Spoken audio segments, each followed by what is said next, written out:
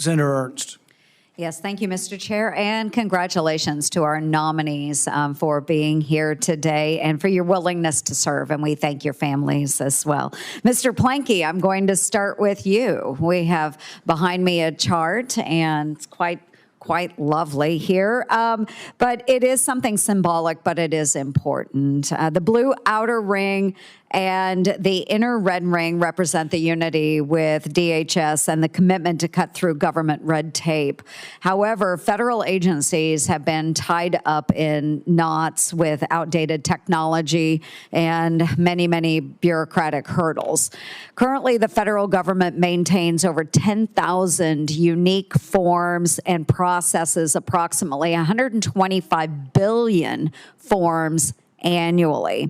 That volume isn't just a paperwork problem. It's a symptom of deeply antiquated systems that are ranging anywhere from 8 to 50 years old. And unfortunately, modernization efforts so often become boondoggles.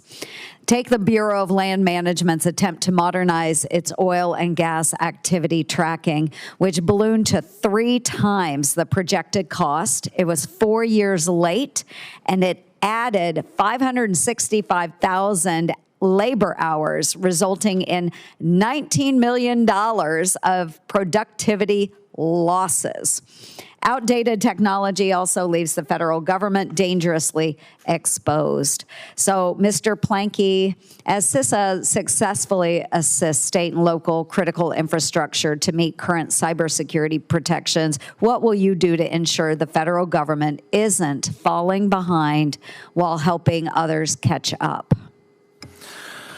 Thank you for that question, Senator. I was nervous you were going to ask me about the logo. We could change that if you we might have to work on that. Roger that. After we fix these problems. Yes, ma'am.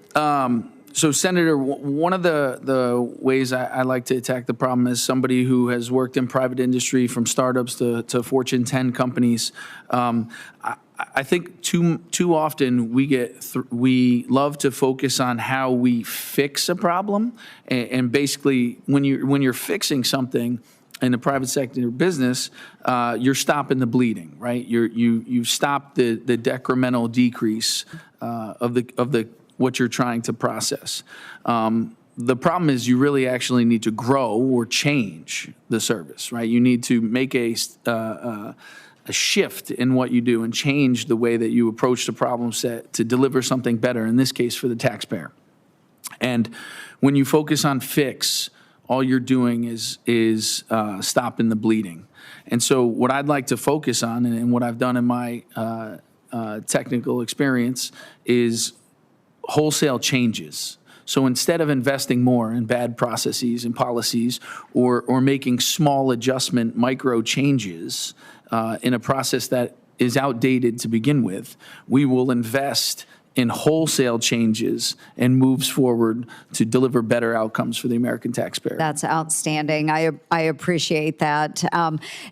Let's stop doubling down, spending additional money where we don't have to. It's just throwing money out the window. I'm going to move on to Mr. Fox. Your job ensures whistleblowers can trust the system they're reporting into. And as you know, last Friday, the Director of National Intelligence declassified documents exposing what she called a treasonous conspiracy carried out by some of the highest-ranking officials in our nation to weaponize the intelligence community against the incoming president of the United States, framing him as being the agent of a foreign government. And we know today that it was all a made-up lie. This carried real costs. The House of Representatives impeached the president in part over accusations built on fiction. Taxpayers were stuck with a $32 million bill for Mueller's witch hunt.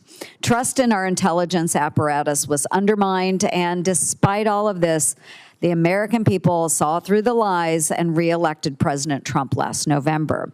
So let me be clear, weaponizing government against political opponents is un-American.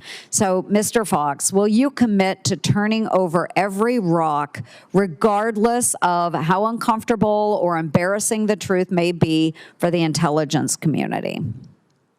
Thank you for addressing this, Senator, and absolutely, that is what I've been asked to do. And do you agree that the intelligence community should be impartial, apolitical, and never weaponized against U.S. citizens or the leaders they choose? Absolutely, Senator. Thank you very much for your straightforward answers. Thank you all very much, and congratulations on your nominations.